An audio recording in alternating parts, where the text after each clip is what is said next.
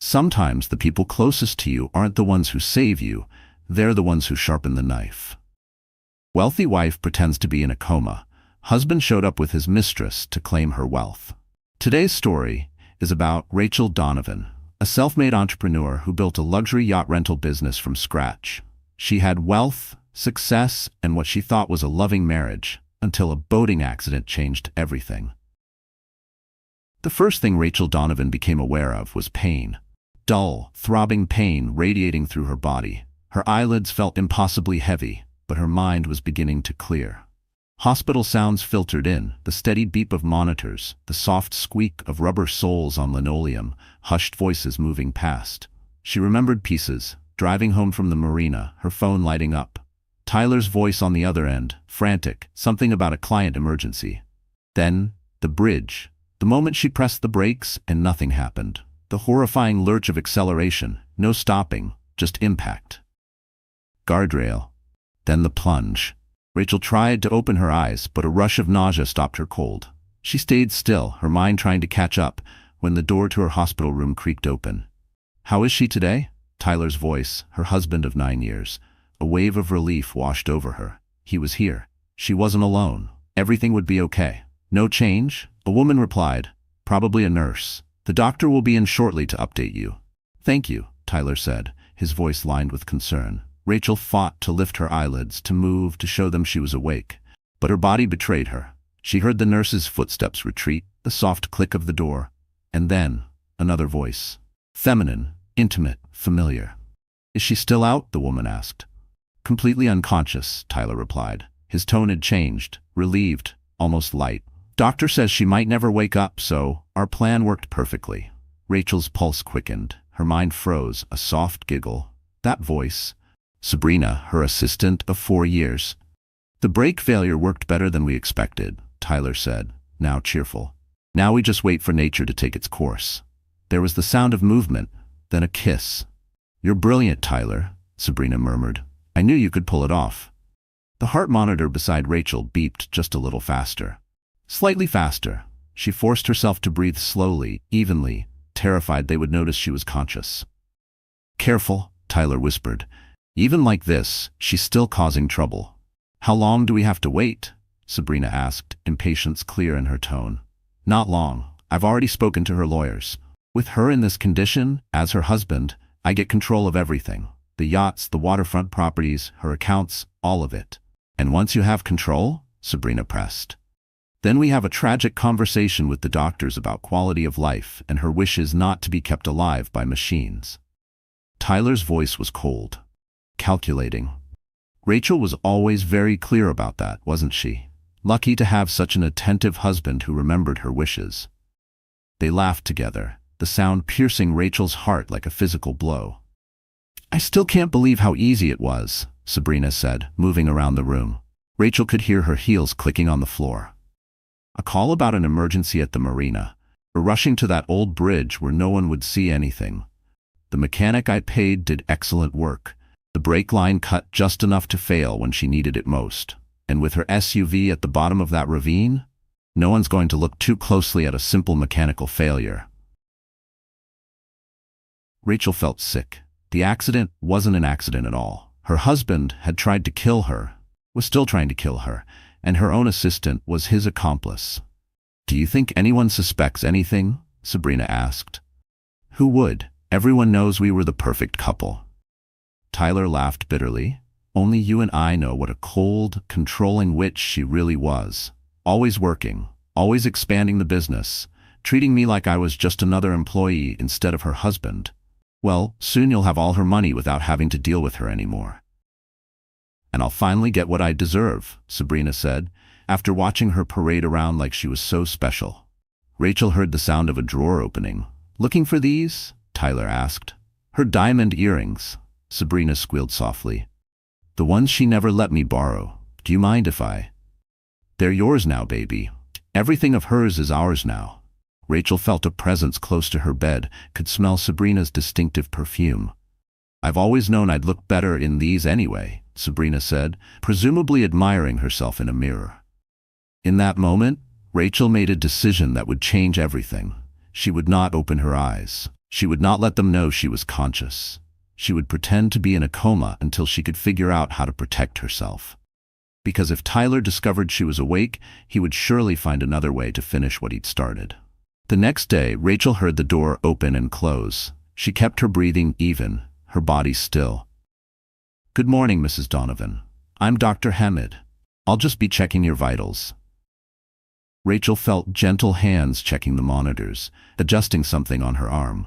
She heard the doctor making notes, his pen scratching on paper. He was alone. This might be her only chance. Slowly, carefully, Rachel opened her eyes just a crack. The light was blinding after so long in darkness. "Mrs. Donovan," the doctor gasped, leaning closer. Rachel opened her eyes fully, looking directly at the startled doctor. She raised a trembling finger to her lips. "Please," she whispered, her voice rough from disuse. "Don't tell anyone I'm awake." Dr. Hamid stared at her in shock. "Mrs. Donovan, this is wonderful news. Your husband will be—" "No," Rachel rasped urgently, grabbing his wrist with surprising strength. "My husband, he did this to me. He and my assistant. They tried to kill me. I heard them talking."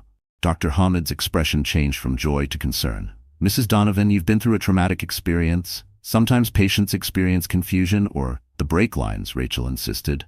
"He paid someone to cut my brake lines. They're waiting for me to die so they can take my money. Please. If he knows you're awake, he'll try again." The doctor studied her face intently. "That's a very serious accusation." "I know," Rachel whispered, "but I heard them. They didn't know I could hear everything. Please, Dr. Hamid, I need time to figure out how to protect myself." Dr. Hamid glanced at the door, then back at Rachel. "If what you're saying is true, you could be in danger." "I know I am," Rachel said, a tear sliding down her cheek. "Will you help me?" After a long moment, Dr. Hamid nodded. "I'll continue to report no change in your condition. But Mrs. Donovan, I can't maintain this deception indefinitely. We need to involve the authorities." "Not yet," Rachel pleaded. "Tyler has connections with the local police. I need evidence first. Please, just give me time." "I'll help you," Dr. Hamid finally agreed. "But only for a short while, and if, at any point, I believe you're in immediate danger, I'll have to act." "Thank you," Rachel whispered, closing her eyes. As they heard footsteps approaching, by the time Tyler entered the room, Rachel appeared completely unconscious again, and Dr. Hamid was calmly checking her chart. "Any changes, doctor?" Tyler asked, his voice perfectly calibrated to sound concerned. "No significant changes, Mr. Donovan," Dr. Hamid replied, and Rachel was amazed at how steady his voice remained. Her condition remained stable, but unchanged. "I see," Tyler said, and Rachel could hear the disappointment he was trying to mask. "How long do you think she'll remain like this?" "It's impossible to say. Brain injuries are unpredictable. Some patients wake up after days, others after months or years. Some, unfortunately, never regain consciousness." "And what are her chances of waking up? I mean," Dr. Hamid paused. "Given the extent of her injuries and the time that's passed without improvement, I would say the chances are increasingly slim. But we don't give up hope, Mr. Donovan." "Of course not," Tyler said smoothly. "I just need to be realistic about her care and what she would want." "I understand. We can discuss options in my office later this week. For now, talk to her. Some patients can hear, even in this state." Rachel could almost feel Tyler stiffen. "They can?" His voice had an edge now. "Some research suggests it's possible, though in Mrs. Donovan's case, given the nature of her brain activity, it's unlikely she's processing much, if anything." "I see," Tyler said, sounding relieved. "Well, I'll keep that in mind." After Dr. Hamid left, Tyler sat beside Rachel's bed. She could feel him watching her, and it took all her willpower to keep her breathing even. Her face relaxed. "Rachel, Rachel, Rachel," he said softly, but there was no affection in his voice. "You always did have to do everything the hard way, didn't you? Couldn't just die quickly in the accident, could you? Always have to be in control." He sighed dramatically. "You know, none of this would have happened if you just appreciated what you had. If you treated me like a husband instead of an accessory." His voice hardened. "Do you know how it feels to be introduced as Rachel Donovan's husband at every event? To have everyone know you're just the trophy husband she picked up before she got rich." Rachel felt his hand take hers, and she fought the urge to pull away. "Well, I guess I should thank you for this, at least," he continued. Your condition has everyone so sympathetic. Poor Tyler, they all say. No one questions me taking over the business decisions. Your empire is already starting to become mine. He placed her hand back on the bed carelessly. Sabrina is much better suited to be my wife anyway. She understands what a woman's role should be, and she's 10 years younger than you. Did I ever mention that? Rachel heard him stand up, felt him lean over her. Just between us, he whispered near her ear. I hope you can hear me. I hope somewhere in that brain of yours you know exactly what's happening and can't do a thing about it. That would be perfect justice for how powerless you made me feel all these years. As Tyler left the room, Rachel allowed herself a single tear. How had she never seen the hatred beneath his charming exterior? Had it always been there? Or had it grown over time? She had built her yacht rental empire from a single failing marina location she'd purchased with every cent of her savings. She'd worked 18-hour days for years, turning it into the most successful luxury charter company on the West Coast. Tyler had come into her life when she had just begun to succeed, charming her with his attention and support, or what she had thought was support. Now she understood. He had never been proud of her success. He had been waiting to steal it. Over the next few days, Rachel learned more about her situation than she ever wanted to know. Tyler visited daily, always putting on a show of the devoted husband when staff was present. But the moment he was alone, the mask would drop. He brought Sabrina with him frequently, and they would talk openly about their plans, confident that Rachel couldn't hear them. The transfer of the downtown dock property went through today, Tyler said during one visit. Her signature looks surprisingly good, doesn't it? You've had enough practice, Sabrina laughed. The way you forge it is better than her actual signature. The benefit of watching her sign documents for years, Tyler replied, smugly. The best part is, no one questions it. Why would they? Everyone knows I've been handling things while she's been indisposed. Rachel's mind raced. He was forging her signature, transferring her properties. How many had he already stolen? How much damage had been done? What about the yacht clubs? Sabrina asked. The main one is still tricky. That David guy is being difficult about some of the changes I want to make. The operations manager. I thought you fired him. I did, but he's still causing problems, questioning the authenticity of the paperwork, suggesting we get second opinions on Rachel's condition. He's too loyal to her. Can't you just replace him completely? Not yet. He knows too much about how she ran things. I need to learn more before I can push him out entirely, but soon. Rachel felt a surge of hope. David was questioning things. David was still loyal. She had hired him 5 years ago, recognizing his integrity and intelligence. Maybe he could be an ally. Later that week, Rachel heard Tyler arguing with someone outside her door. I told you you're not authorized to visit her anymore, Tyler was saying angrily. I worked with Rachel for 5 years, Mr. Donovan, came the response. It was David's voice. I just want to see how she's doing. She's exactly the same as she was when you asked last week. Unconscious, unresponsive. The doctors say there's little hope of recovery. Then what's the harm in letting me see her? David pressed. I'm trying to move forward. Tyler said, his voice taking on a wounded tone that Rachel now recognized as completely false. Having her former employees parade through here, it makes it harder to accept what's happening. 10 minutes, David insisted. That's all I'm asking. Fine, Tyler relented after a pause. 10 minutes. But this is the last time, understand? I'm her husband. I decide who visits and who doesn't. The door opened, and Rachel could sense Tyler's irritation as he let David enter. 10 minutes, Tyler repeated. I'll be right outside. The door closed, and Rachel heard David approach her bed. Hey, Rachel, he said softly. It's David. His voice was gentle, so different from how Tyler spoke to her when they were alone. Rachel wished desperately that she could respond, give some sign that she could hear him. Things aren't going well at the company, David continued. Tyler's making changes, big ones, selling properties, firing people you've had for years. He sighed heavily. I tried to stop him, told him. You wouldn't want this, David said, but he says he has power of attorney now. David moved closer. Something doesn't feel right about any of this, Rachel. The accident? Tyler taking control so quickly. I've been asking questions. Maybe too many questions. He fired me yesterday. Rachel felt a surge of anger. David had been the backbone of her operations, the one person she trusted implicitly with her business. "I don't care about the job," David continued, "but I care about what's happening to everything you built." His voice dropped lower. "I care about what happened to you. The police report on your accident seems simplified. No real investigation into the brake failure, just mechanical error." Rachel felt a tear slide down her cheek before she could control it. "Rachel?" David's voice changed, became more alert. "Rachel, can you hear me?" She wanted so badly to open her eyes to tell him everything. But what if Tyler came back? What if he was watching somehow? "Your heart rate just increased," David said, and Rachel could hear the growing excitement in his voice. "And that tear. Rachel, if you can hear me, I'm going to find out what really happened.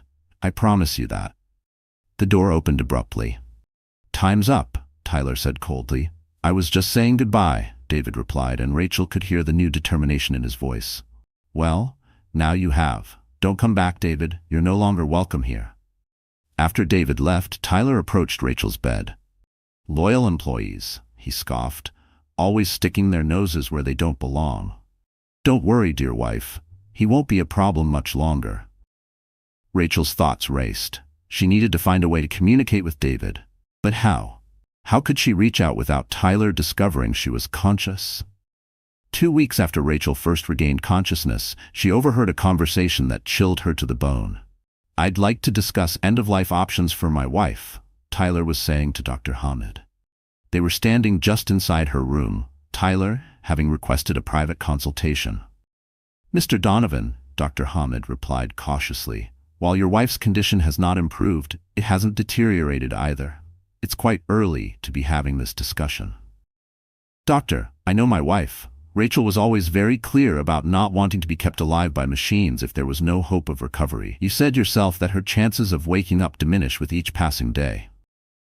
"That's generally true, but I need closure, doctor," Tyler interrupted, his voice cracking with what Rachel knew as fake emotion. "Seeing her like this, day after day, it's destroying me. And managing her business affairs while dealing with this emotional toll, I'm barely holding it together." Dr. Hamid was silent for a moment. "Mr. Donovan, I understand this is difficult," he said carefully, "but we typically don't consider removing life support until all possibilities of recovery have been exhausted. Your wife is breathing on her own. Her brain shows activity. These are positive signs. But she's not waking up," Tyler pressed. "How long do I have to wait before we can make this decision? Weeks? Months? Years?" "That's not what Rachel would want." "Let me be clear," Dr. Hamid said firmly, straightening slightly. "As her physician, I would not support removing care at this stage. It would be premature and, in my professional opinion, inappropriate." "I see," Tyler said, his voice cooling. "Perhaps I should speak with the hospital administration about bringing in another doctor for a second opinion. Someone who might be more understanding of our situation." "That is your right," Dr. Hamid replied stiffly. "But I'm confident any ethical physician would give you the same answer at this stage." "We'll see about that," Tyler said. "Thank you for your time, doctor." After Dr. Hamid left, Tyler approached Rachel's bed. "You always did inspire such misplaced loyalty," he muttered. "First David, now this doctor. But it doesn't matter. I'll find someone more cooperative, someone who understands that sometimes letting go is the kindest option."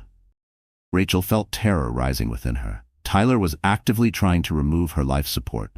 He wasn't content to wait for nature to take its course anymore. He wanted her dead, and soon. Later that evening, when the room was quiet and Rachel was alone, the door opened softly. Light footsteps approached her bed. "Mrs. Donovan, it's Sarah, your night nurse." Rachel kept perfectly still, maintaining her coma appearance. "I'm just checking your vitals," Sarah continued, adjusting something on the monitors.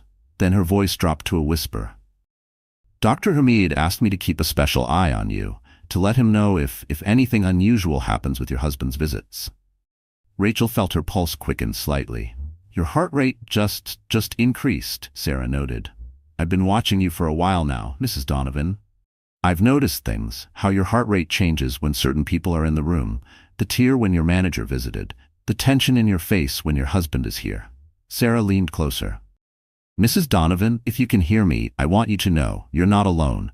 Dr. Hamid has concerns, and so do I. If you can hear me, if you're in there, blink. Rachel hesitated.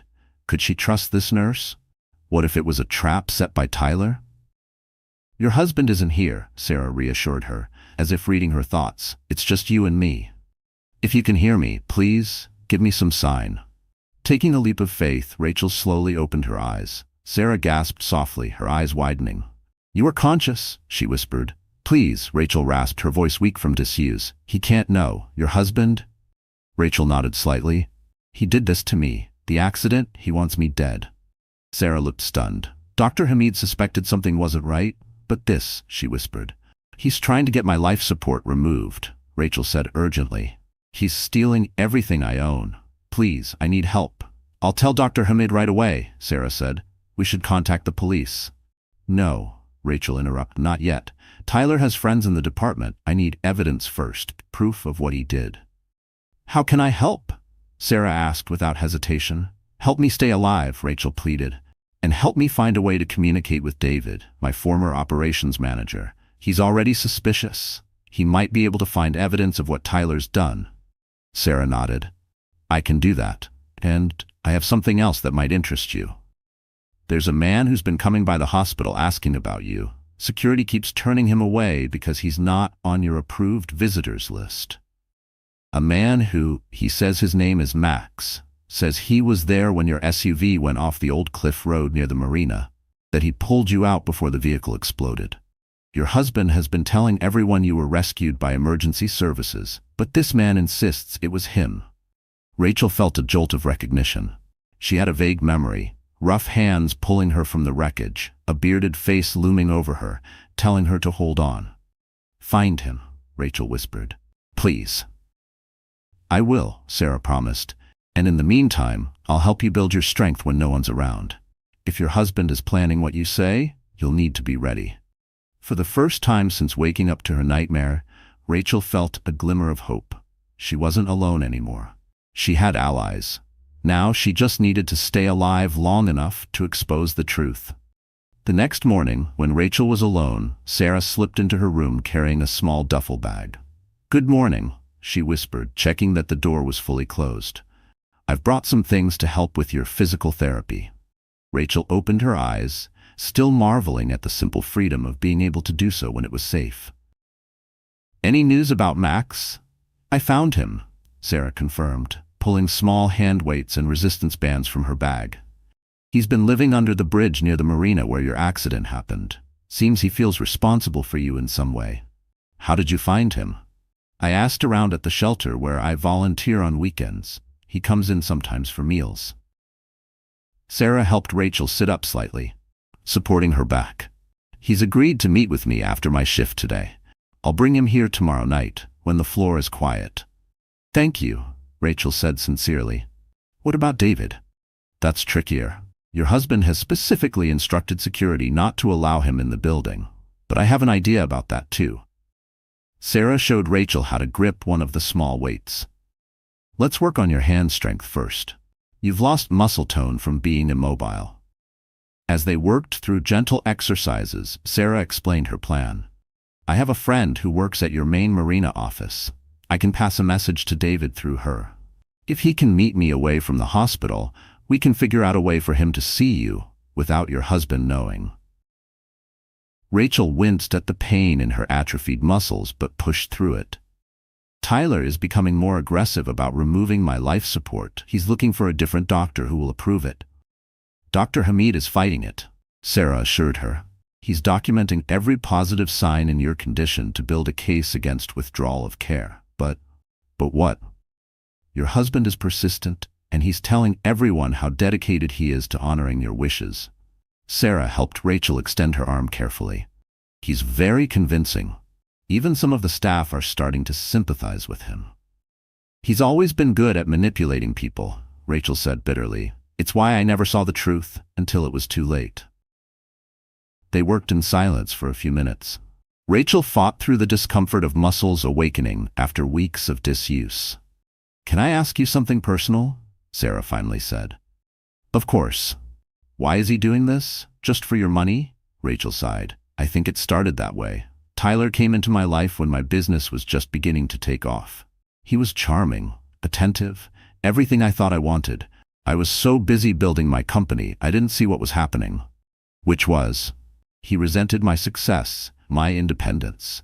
He wanted the lifestyle my money could provide, but he hated that it came from me. Rachel's voice hardened. And then he met Sabrina, my assistant. She made him feel powerful in ways I never did. They've been planning this for over a year, from what I've overheard. Sarah shook her head. It's hard to imagine living with someone who could do this. The worst part is I never saw it coming, Rachel said. She let her arm drop, exhausted from the simple exercise. I thought we were happy, or at least content. I knew we'd grown apart, but murder? She laughed humorlessly. I never suspected he hated me enough to want me dead. We'll stop him, Sarah promised, helping Rachel back into a reclining position. But for now, you need to rest. I'll be back tonight with more exercises. And tomorrow, I'll bring Max. After Sarah left, Rachel closed her eyes, not pretending this time, but truly resting. Her mind was clearer now than it had been since the accident, and with clarity came determination. Tyler might have tried to take everything from her, but he had underestimated her. He always had. The next night, true to her word, Sarah returned with a visitor. Rachel, who had been fighting unconsciousness, as she always did when the door opened, heard 2 sets of footsteps enter her room. It's just us, Sarah whispered. You can open your eyes. Rachel looked up to see Sarah standing beside a tall, bearded man in worn clothes. He stared at Rachel with a mixture of shock and relief. You're awake, he said, his voice gruff but gentle. Max, Rachel said, recognizing him from her fragmented memories. You pulled me from the SUV. He nodded, moving awkwardly to the side of her bed. Didn't think you'd. Remember that part? Not clearly, Rachel admitted. But I remember someone telling me to hold on. That was you, wasn't it? Yeah. Max shifted uncomfortably, clearly unused to being the center of attention. I was living under that bridge, heard the crash, saw your SUV go over. By the time I got down there, water was already filling it up. You saved my life, Rachel said softly. Max shrugged. Didn't do much good if your husband's trying to finish the job. Rachel exchanged a glance with Sarah. You know about that? I've been watching him, Max said simply. Something seemed off from the beginning. The way he acted at the scene of the crash, he wasn't right. What do you mean? Rachel asked, sitting up straighter. When the paramedics arrived, he was, I don't know, not like a man whose wife just nearly died. He was asking about your condition, sure, but it was like he was just checking boxes. And then later. I saw him at your marina office. My marina? Yeah, a couple days after the crash, I went there. I'd found your business card in the SUV when I pulled you out. Thought someone should know what really happened, but when I got there, I saw him in the parking lot with that woman. Sabrina, Rachel supplied. Yeah, her. They were celebrating, hugging, laughing. It wasn't right. Max's eyes darkened. So I started paying attention, and then I overheard them talking about the brakes. Rachel's heart raced. You heard them admit to tampering with my SUV? Max nodded. They didn't see me. I was collecting cans from the marina dumpster. They were in the back lot, thought they were alone. The woman, Sabrina, she was worried about the police investigation. Your husband told her not to worry. Said he'd paid the mechanic well to make it look like simple brake failure from wear and tear. Max, Rachel said urgently, would you be willing to tell this to the police? He hesitated. Police and I don't exactly get along, and who would believe me over a rich businessman? They would if we had proof, Sarah interjected.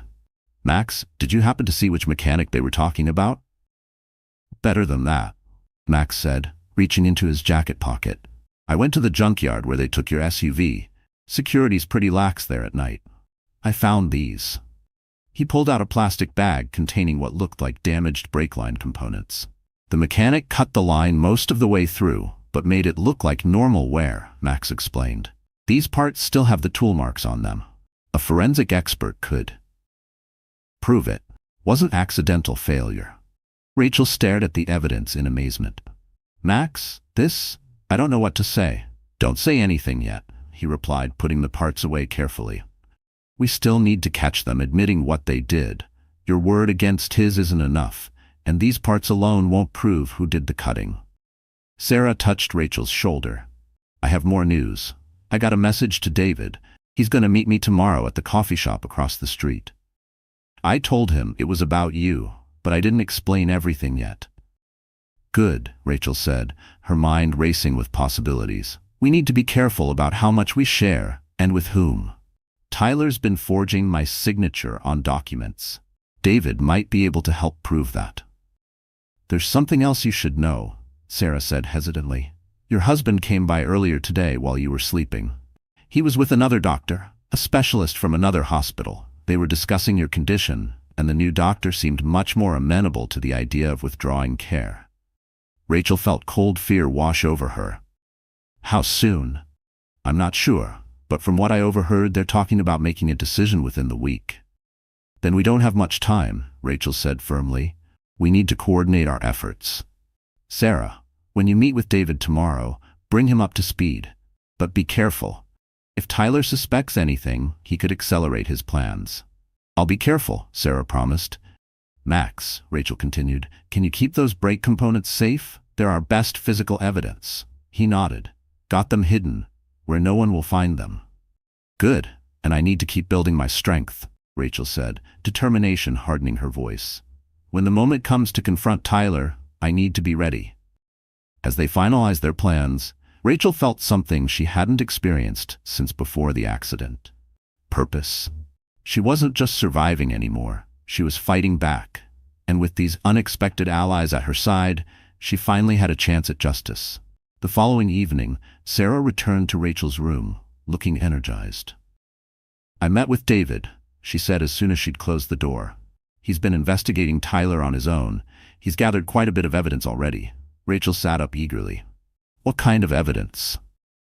Financial records showing Tyler has been systematically transferring your assets to new accounts under his control, forged signatures on legal documents, and he's found a pattern in Tyler's past that you might find interesting.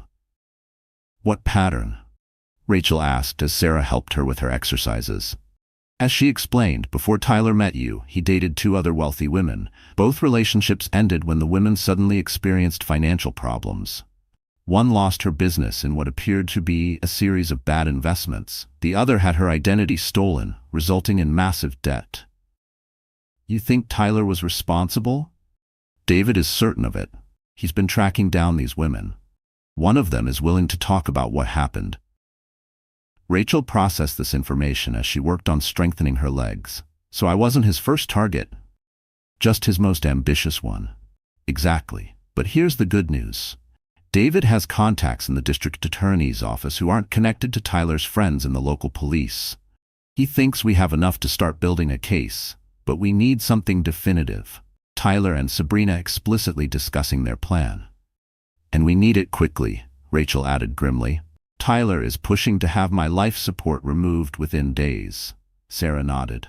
That's why David brought this. She reached into her pocket and pulled out what looked like a small decorative pin. It's a recording device. We can hide it in your room to capture their conversations when they think no one is listening. Will it work? Rachel asked, examining the tiny device. David says it has excellent audio quality and can record for hours. The challenge is hiding it somewhere Tyler won't notice, but where it can still pick up their voices clearly. They decided to attach the device to the underside of the bedside table, positioning it carefully to capture conversations around Rachel's bed. Now we wait, Sarah said, and hope they say something incriminating enough to use against them. And if they don't? Rachel asked. Sarah's expression grew serious. Then Dr. Hamid and I will have to take official action based on our suspicions. It might not be enough to prove Tyler's guilt, but it should be enough to prevent him from removing your life support while an investigation takes place. The next day, Rachel maintained her coma facade as Tyler arrived, with Sabrina in tow. They seemed particularly animated. Everything's set, Tyler was saying as they entered. I've convinced the hospital ethics committee to meet tomorrow to discuss Rachel's case. The new specialist is fully on board with our perspective. How long after the meeting until they, Sabrina asked. If all goes as planned, they could remove life support as early as the day after tomorrow, Tyler said, sounding pleased with himself. Dr. Hamid is still objecting, of course, but he's being overruled. I've made quite an impression, as the devoted husband making the difficult but loving choice." Sabrina giggled. "You've always been a good actor." "It's almost over, baby," Tyler said, and Rachel could hear the sound of them kissing. "By this time tomorrow, we'll be finalizing the last of the paperwork. I've already transferred most of the major assets. The marinas are next." "What about that manager, David?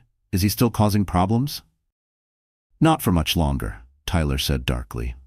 "I've arranged for some discrepancies to be found in the accounting at the main office. By the time I'm done, he'll be facing embezzlement charges." Rachel felt a surge of anger. Not only was Tyler trying to kill her, he was planning to destroy David's reputation and possibly send him to prison. "You think of everything," Sabrina purred. "That's why I love you." "The accident should have finished her off properly," Tyler said, his voice hardening as he presumably looked at Rachel. "But this way works too. Cleaner, in some ways. No one will question a grieving husband inheriting his wife's fortune after making the painful decision to let her go when there was no hope of recovery."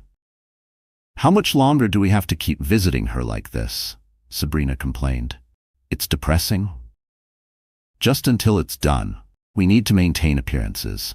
Besides," Tyler added with a cold laugh, "I rather enjoy these little chats, telling her exactly what we've done, knowing she can't do a thing about it." "You're wicked," Sabrina teased. "You have no idea," Tyler replied. "Now let's go. We have a meeting with the lawyers to finalize the paperwork for the marina transfer. By the time Rachel flatlines, everything will be legally mine." After they left, Rachel waited several minutes to ensure they wouldn't return. Then she opened her eyes. The recording device had captured everything. Now, they had proof of Tyler's intentions, his admission about the accident, and his plan to frame David. It was time to set their own plan in motion. That night, Sarah, David, and Max gathered in Rachel's room for a final strategy session. "The recording is clear," David confirmed after listening to it. "Combined with the brake components Max salvaged and the financial documentation I've gathered, we have a strong case." "But we need to move quickly," Sarah added. "The ethics committee meets tomorrow at 10 a.m. If they approve withdrawal of care, Tyler could have Rachel's life support removed as early as the following morning." "So what's the plan?" Max asked, looking between them. Rachel sat up straighter in her bed, stronger now after days of secret physical therapy. "Tyler and Sabrina are coming tomorrow afternoon to meet with the lawyer here at the hospital. They're planning to finalize the paperwork for transferring my marinas." "That's our opportunity," David said with a nod. "I've spoken with Detective Rivera from the district attorney's office. She's been investigating financial crimes and has had Tyler on her radar for some time, though she never had enough evidence to move forward." "She'll be here with officers," Sarah added, "waiting for our signal." Rachel took a deep breath. "When Tyler and Sabrina are here, discussing the final details of their plan, thinking I can't hear them, that's when I'll reveal I've been conscious all along." "Are you sure you're strong enough?" Sarah asked with concern. "I have to be," Rachel said firmly. "Tyler needs to see me awake, to know that I heard everything, that I know exactly what he did." "It's risky," Max warned. "He might become violent when he realizes you've been faking." "That's why you'll all be nearby," Rachel said, "and why Detective Rivera and her officers will be just outside." They finalized the details of their plan, each person knowing their role. As her allies left to get some rest before the confrontation, Rachel lay back in her bed, her mind racing. Tomorrow would change everything. Either she would reclaim her life and see justice done, or Tyler would find a way to silence her permanently. Either way, the pretense would finally be over. The next morning dawned with a tense energy. Rachel went through her usual routine of pretending to be unconscious during the shift change and morning rounds. Dr. Hamid came in for his examination, speaking to her normally for the benefit of any observers, while slipping her updates in a whispered tone.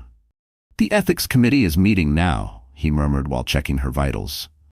"I've presented all the medical evidence against withdrawal of care.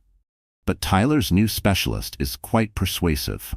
And Tyler himself gave quite a performance about honoring your wishes." Rachel squeezed his hand slightly in acknowledgement. "Detective Rivera is in position," Dr. Hamid continued quietly. "She has officers stationed around the floor, dressed as hospital personnel. No one will recognize them. After he left, Rachel focused on controlling her breathing and staying calm. Everything hinged on timing now. Sarah had helped her apply a minimal amount of makeup early that morning, enough to give her some color, but not enough that Tyler would notice. The recording device was in place with a fresh battery to ensure it captured everything. Around noon, Sarah slipped in to give Rachel an update. "The ethics committee approved withdrawal of care," she said grimly. "They've scheduled it for tomorrow morning at 9 a.m. Rachel felt a chill run through her. Then this is our only chance. Tyler and Sabrina are coming at 2 p.m. with the lawyer. David and Max are already in position. Detective Rivera has reviewed all our evidence and is prepared to make arrests based on what she already has. But the recording we get today will seal the case." Sarah helped Rachel sit up and stretch, working through their now familiar routine of exercises designed to prepare her for what was coming. By the time Sarah left to take her position, Rachel felt as ready as she could be. At precisely 2 p.m., Rachel heard Tyler's voice in the hallway, along with Sabrina's and a third voice she didn't recognize. Presumably the lawyer. She settled back into her coma position, eyes closed, breathing even, face relaxed. The door opened, and 3 people entered.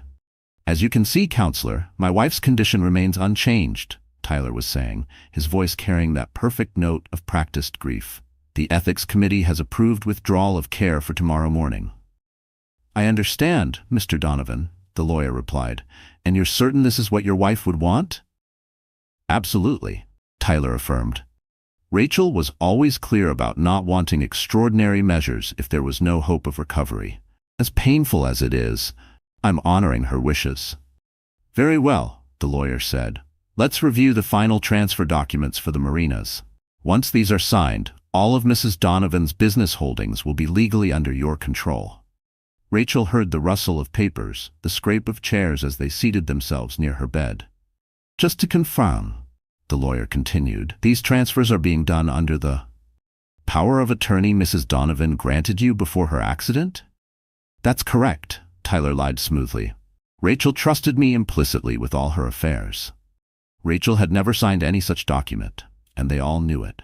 The power of attorney Tyler was using was a forgery, like so many other documents.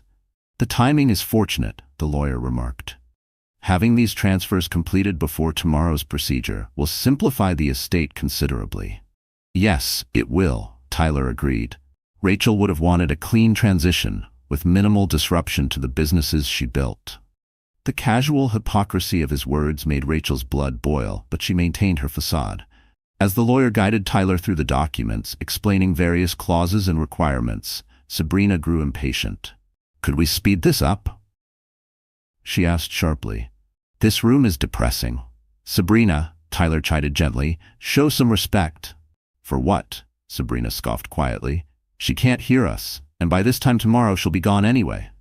"Still," the lawyer said, sounding uncomfortable, "perhaps we should continue this in the consultation room." "No need," Tyler said firmly. "I want to be here, with my wife. Let's continue." They proceeded through more documents, Tyler asking occasional questions about various legal points. Rachel carefully controlled her breathing, waiting for the right moment. Finally, the lawyer said, "That's the last of them, Mr. Donovan. If you'll just sign here, the transfer will be complete." "With pleasure," Tyler replied. Rachel could picture him signing with a flourish, finally achieving what he had been planning for so long. This was it, the moment to act. "And if Mrs. Donovan should unexpectedly recover?" the lawyer asked, almost as an afterthought. There was a pause. Then Tyler laughed softly. "She won't." "But hypothetically," the lawyer pressed, "these transfers would be subject to challenge if she were to regain consciousness and dispute them." "Trust me, counselor," Tyler said coldly. "That won't be an issue after tomorrow." "I simply want to be clear about all possibilities," the lawyer insisted. "As your legal advisor." "The accident should have killed her," Sabrina interrupted impatiently. "We wouldn't even be having this conversation if the brake line had failed properly." "Sabrina," Tyler hissed, "not now." "What? He's your lawyer, isn't he? And she can't hear us." Sabrina's voice grew closer to Rachel's bed. "Look at her, completely gone, just an empty shell, taking up space." The lawyer cleared his throat uncomfortably. I think we should. By this time tomorrow, we'll finally be free of her, Tyler said, his voice now stripped of all pretense of care or concern. The ventilator comes off at 9 a.m., and that's that. The doctors say it shouldn't take long after that. Rachel had heard enough. It was time. Slowly, deliberately, she opened her eyes. The room came into focus. Tyler and Sabrina standing near the foot of her bed, the lawyer gathering papers by the window, all three with their backs to her. Rachel pushed herself up slightly and said in a clear, steady voice, "I wouldn't want that at all, Tyler." The effect was instantaneous. The lawyer dropped his papers. Sabrina screamed. And Tyler turned slowly, his face draining of color as he stared at his very conscious wife. "Rachel," he whispered, shock and horror mingling in his expression. "Surprise," Rachel said, her voice stronger than even she had expected. "I've been awake for weeks." That's impossible," Tyler stammered. "The doctors said, they said." "What I asked them to say," Rachel cut him off. "After I overheard you and Sabrina celebrating your successful plan, the day I regained consciousness." Sabrina backed toward the door. "She's confused, brain damage. She doesn't know what she's saying." "I know exactly what I'm saying," Rachel countered. "I know you tampered with my brakes. I know you've been forging my signature and stealing my assets. And I know you were planning to finish the job tomorrow, by removing my life support." Tyler seemed to recover himself, his shock giving way to calculation. "Rachel, darling, you've been through a traumatic experience. Your mind is playing tricks." "Save it, Tyler," Rachel interrupted. "I heard everything. Every conversation, every plan, every cruel remark you made at my bedside, thinking I couldn't hear you." The lawyer moved toward the door. "I should go. This is clearly a private." "Stay right there," ordered a new voice. As the door opened, Detective Rivera entered, flanked by two uniformed officers. "No one is leaving yet." Tyler's eyes darted between Rachel and the detective. "What is this?" "Tyler Donovan," Detective Rivera said formally, "you're under arrest for attempted murder, fraud, and conspiracy." "This is ridiculous," Tyler protested, his charm instantly returning. "My wife has just awakened from a coma. She's confused, disoriented. Whatever she thinks she heard." "We don't need her testimony," the detective cut in, "though it will certainly help." She held up a small device. "We have recordings of your conversations in this room, very incriminating conversations." "You can't record people without their knowledge," Tyler argued. "That's illegal. Any recordings would be inadmissible." "Actually," David said, entering the room with Sarah and Max behind him, "in this state, only one party needs to consent to a recording." Rachel consented. "And we have more than just recordings?" Max added, stepping forward with the plastic bag containing the brake components. "Physical evidence of tampering with her SUV." Sabrina suddenly made a break for the door, shoving past one of the officers, but was quickly apprehended in the hallway. Tyler's facade finally cracked, his face contorted with rage as he looked at Rachel. "You stupid. You couldn't just die, could you? Always have to be in control. Always have to win." "Officers," Detective Rivera nodded, and the police moved to handcuff Tyler.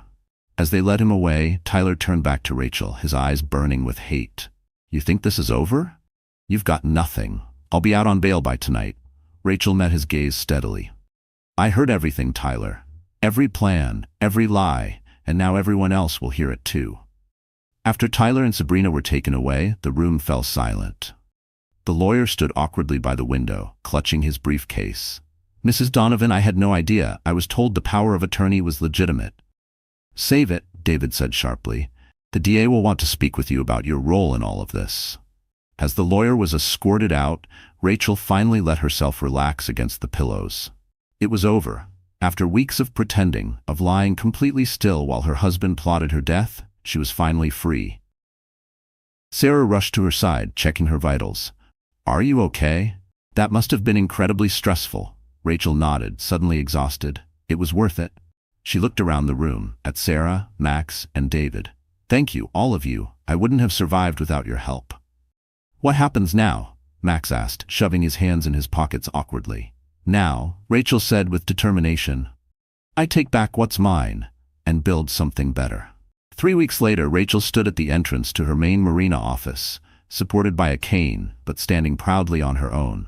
The building looked different somehow, brighter, full of possibility. Ready? David asked, standing beside her. Rachel took a deep breath and nodded. More than ready. As they walked through the front doors, employees stopped what they were doing, turning to stare in amazement. Word of Rachel's recovery and Tyler's arrest had spread, but few had seen her in person since before the accident. Mrs. Donovan, one of the receptionists, gasped, rushing forward. "We had no idea you were coming in today." "I thought it was time," Rachel said with a smile. "Time to come home." The news of her arrival spread quickly through the building. Staff members appeared from offices and the dockyard area, gathering in the main lobby.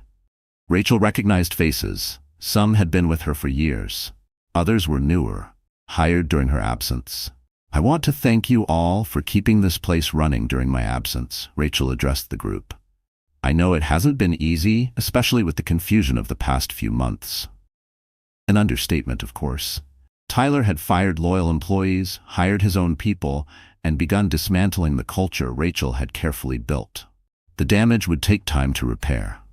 "I also want to introduce, or reintroduce for some of you, David Chen," Rachel continued, gesturing to her side. "As you may have heard, David was instrumental in uncovering what really happened during my accident. As of today, he's officially my Chief Operations Officer." Applause broke out, especially from the longtime employees who knew and respected David. "There will be changes in the coming weeks," Rachel continued. "Some necessary restructuring. But I want you all to know that this company is back in my hands, and together we're going to make it stronger than before." After the impromptu meeting, Rachel settled into her office, now cleared of Tyler's belongings, with David to discuss next steps. "The forensic accountants have traced most of the assets Tyler transferred," David reported.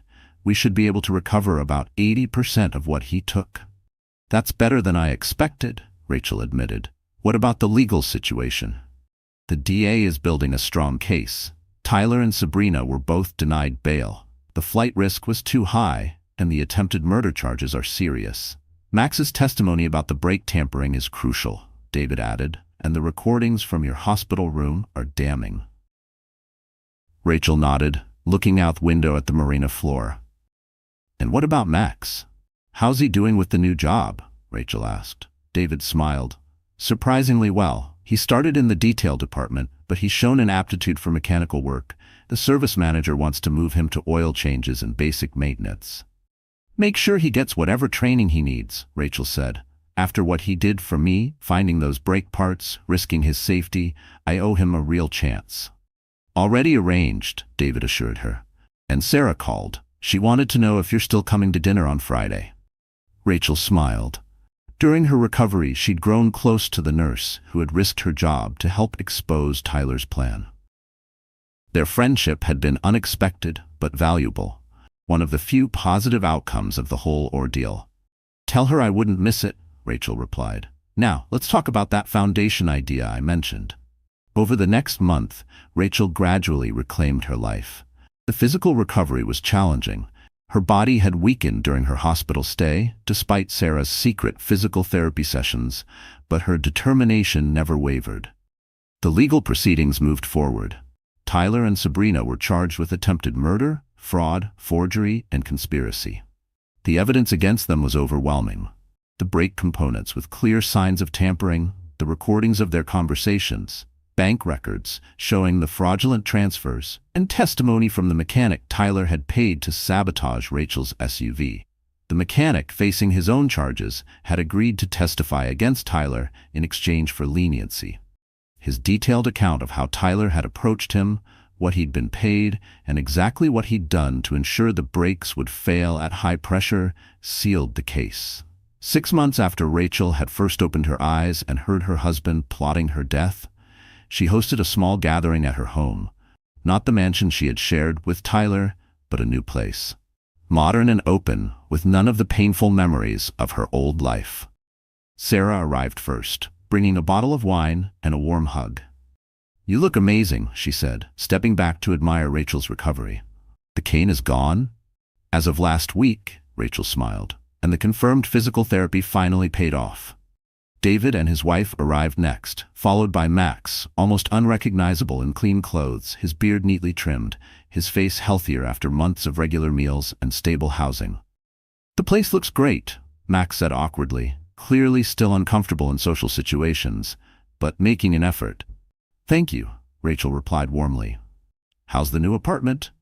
Still getting used to having 4 walls and a roof, Max admitted with a small smile. But it's good. Really good. Rachel led them to the patio overlooking the city lights. As they settled into comfortable chairs, she felt a sense of peace she hadn't experienced in a long time. I have news, she announced once they all had drinks in hand. The Rachel Donovan Foundation is officially up and running. Our first initiative will be a partnership with the downtown shelter to provide job training and transitional housing for homeless individuals. That's wonderful, Sarah said, squeezing Rachel's hand. I know that's been a dream of yours since the hospital. It has, Rachel acknowledged. And I have more news. The jury returned a verdict today in Tyler and Sabrina's trial. The group fell silent, waiting. Guilty on all counts, Rachel said simply. Tyler will serve a minimum of 25 years. Sabrina got 15. A collective sigh of relief passed through the group. Justice had been served. To new beginnings, David proposed, raising his glass. And to unexpected friendships, Rachel added, looking around at the unlikely allies who had become her closest friends. Without you, I wouldn't be here. You didn't just save my life. You helped me build a better one. As the evening continued, Rachel found herself stepping away for a moment of solitude. Standing at the edge of her patio, looking out at the city lights, she reflected on how completely her life had changed. She had lost her marriage, discovered terrible betrayal, and faced death. But in the process, she had found something far more valuable. People who stood by her, not for what she could give them, but for who she truly was. Sarah joined her by the railing. Penny for your thoughts? Rachel smiled. I was just thinking about how strangely life works. Tyler thought he was taking everything from me, my business, my wealth, my life. But in trying to destroy me, he actually gave me something priceless. What's that? Sarah asked. Clarity, Rachel replied. About what matters, who matters. She glanced at Sarah, their eyes meeting with unspoken understanding. The friendship that had begun in that hospital room had grown into something deeper, more meaningful than either had expected. I'd go through it all again, Rachel said softly, if it meant ending up right here. The next morning, Rachel drove herself to the hospital for one final checkup. As she walked through the corridors where she had once been confined, she felt a strange sense of gratitude. This place had been her prison, but also where she had found the strength to fight back. Dr. Hammond greeted her with a warm smile. Mrs. Donovan, it's good to see you up and about. How are you feeling? Better than I have in years, Rachel replied truthfully. And please call me Rachel. After a thorough examination, Dr. Hammond declared her fully recovered. Physically, you're in excellent health, and mentally, well, you've shown remarkable resilience. I had help, Rachel acknowledged. Good people who stepped up when I needed them most. As Rachel prepared to leave, Dr. Hammond hesitated. You know, in all my years of practice, I've never seen anything quite like your case. The woman who had to pretend to be in a coma to save her own life. Rachel smiled. Sometimes, playing dead is the only way to truly start living. Later that day, Rachel drove away from the hospital for the final time, with Sarah beside her. As they turned onto the main road, Rachel felt the last weight lift from her shoulders. Where to? Sarah asked. Forward, Rachel replied simply. Just forward. Dear friend, life doesn't always shout before it strikes. Sometimes it whispers, softly breaking what we thought was unshakable. Like Rachel, many of us won't see betrayal coming. And when it hits, it doesn't just wound, it rewrites everything we thought we knew about love, trust, and safety. But here's what the Stoics taught us, and what Rachel's story proves. We may not control what happens to us, but we always control what we do next. True strength isn't loud. It's quiet. It's that voice inside you that says, not yet. Hold on. Just a little longer. It's the stillness beneath the chaos. It's the power to wait, to observe, to endure, and then to rise. So if you're hurting, if you've ever felt betrayed, silenced, or dismissed, I want you to remember this. You are not broken. You are becoming. What nearly destroys you can also define you, but only if you let it refine you. And when you're standing in the rubble of what used to be, choose forward. Not because it's easy, but because it's yours. Forward isn't just a direction. It's a decision. If this story touched something in you, if it made you pause or feel seen, please consider liking, sharing, and subscribing. It's more than support. It's helping us keep stories like this alive for someone who may need it most. What would you have done in Rachel's shoes? Would you have had the courage to stay still when your heart was screaming to fight? Drop your thoughts in the comments. I'd love to hear from you.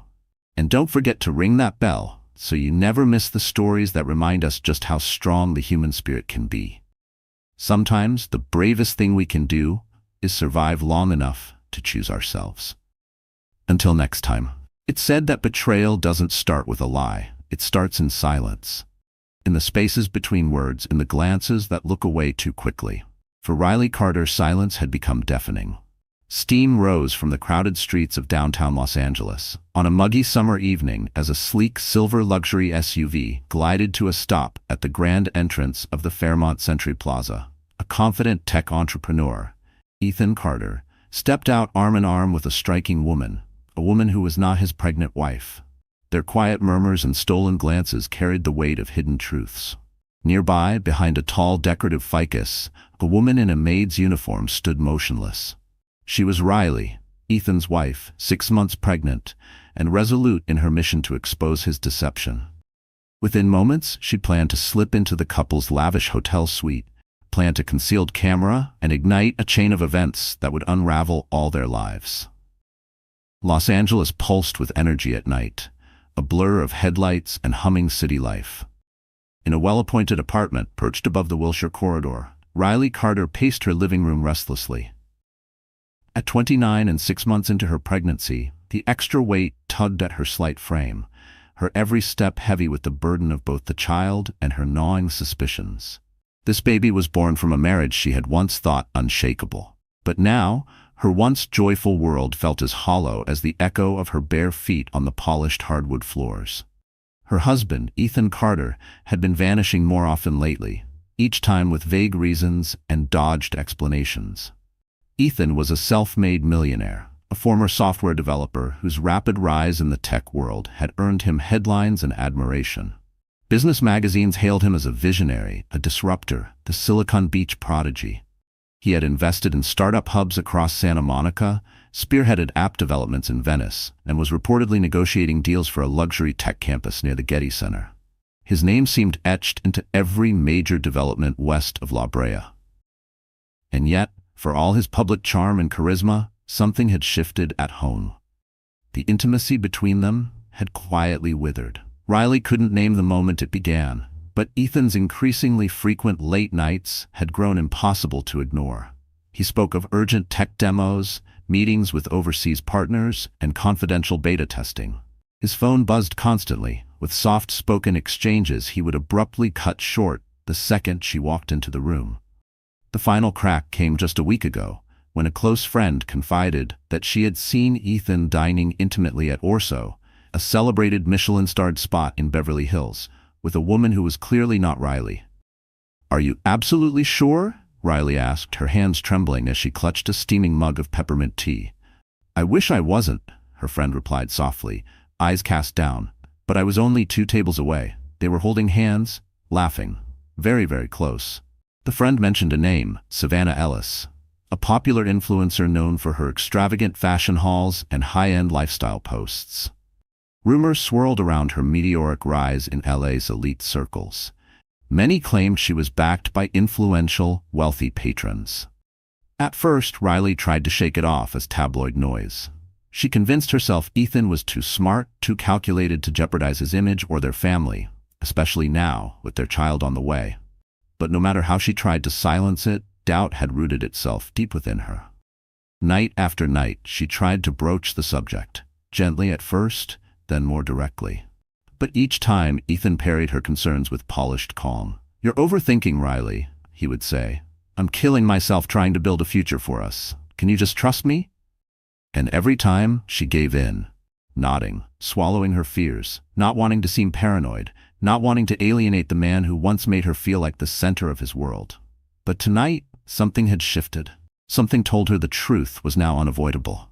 A new charge on their joint credit card stood out, an outrageously priced designer handbag, one she had definitely not received, no special occasion. no surprise gift. Nothing. Her pulse surged, her eyes stinging with unshed tears as the realization struck. She needed answers, no more guessing, no more hope. She had called Ethan earlier in the evening, straight to voicemail. Minutes later, a text arrived. In a meeting. Back late. Don't wait up. The message offered no comfort, just fueled the fire inside her. Every minute that ticked by twisted the knife a little deeper. If there was another woman, if Ethan had betrayed her, she needed proof. She couldn't bear being blind anymore. As dawn approached, Riley sat hunched over her laptop, scrolling endlessly through social media. She found Savannah Ellis's Instagram. An endless stream of lavish outfits, posh hotel lounges, and exotic backdrops. Then something caught her eye. Savannah had just posted a new story, a boomerang from a luxury hotel suite with sweeping views of Century City's skyline.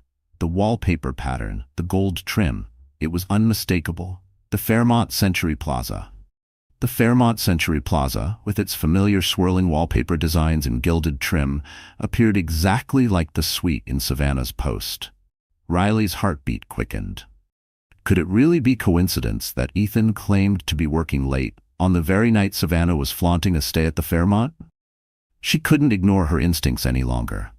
Her thoughts raced as she grabbed her phone and scrolled to a trusted name in her contacts. Callie Monroe, a close friend from college who had spent years working as a private investigator before pivoting to a career in corporate security. Riley called. Callie's voice came through, sleepy but tinged with concern. It's almost 2 a.m. Is everything okay? Riley swallowed the lump rising in her throat. Her voice trembled. I need your help. I think Ethan is cheating on me. I need proof. Callie didn't hesitate, though her tone shifted instantly to serious. I can help. But you have to be sure, Riley. Are you ready for what you might find? Riley closed her eyes, tears already forming. Yes, I have to know the truth, for me and for the baby. If he's really doing this, I need him to face the consequences. There was a pause on the line, then Callie exhaled. Okay, come by tomorrow. I'll give you some discreet gear. Just be careful. Surveillance isn't without risk. I understand, Riley whispered, nodding even though Callie couldn't see her. She hung up, the phone heavy in her hand, her chest tight with dread and resolve. Normally soft-spoken and trusting, Riley felt a fire within her now, one sparked by betrayal and fear.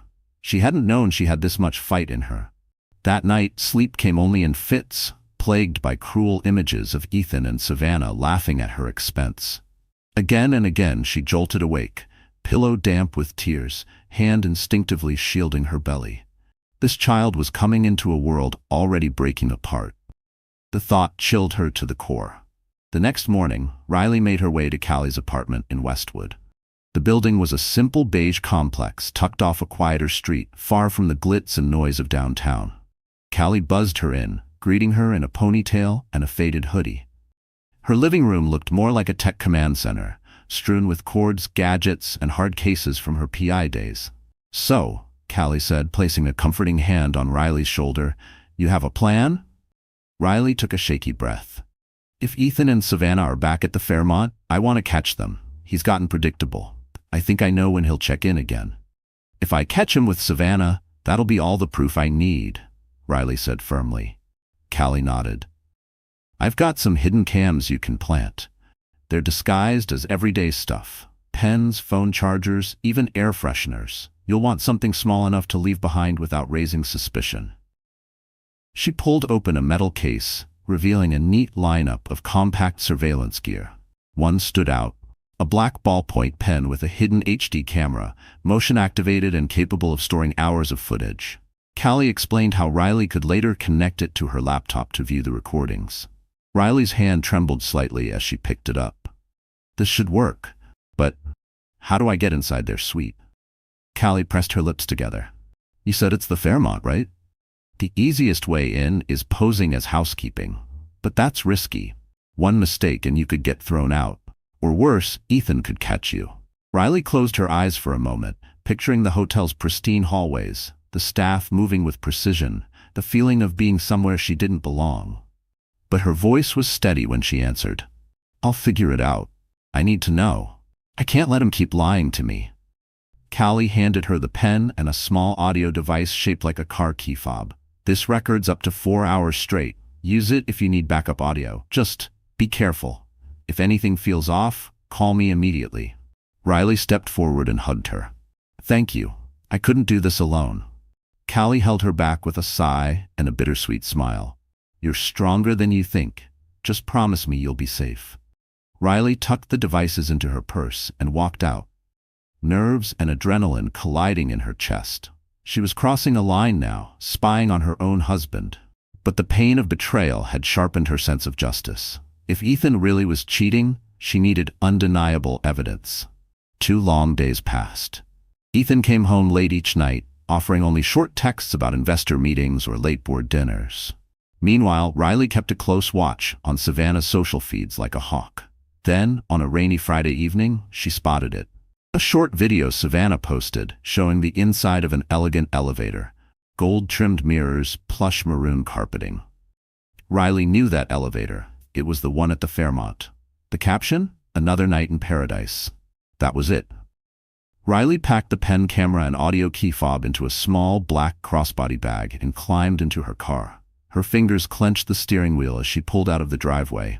Her growing baby bump made her movements more cautious, and each gentle flutter inside her felt like a silent cry for the truth. Outside, the glow of Los Angeles streetlights bounced off the wet pavement. As she neared the sleek entrance of the Fairmont Century Plaza, doormen ushered guests beneath large black umbrellas. Riley parked in a nearby garage and crossed the rain-slicked sidewalk, the downpour soaking through her coat. Her plan was clear, but dangerous. She would impersonate a member of the housekeeping staff, enter Ethan and Savannah's suite, and hide the pen camera in a discreet corner.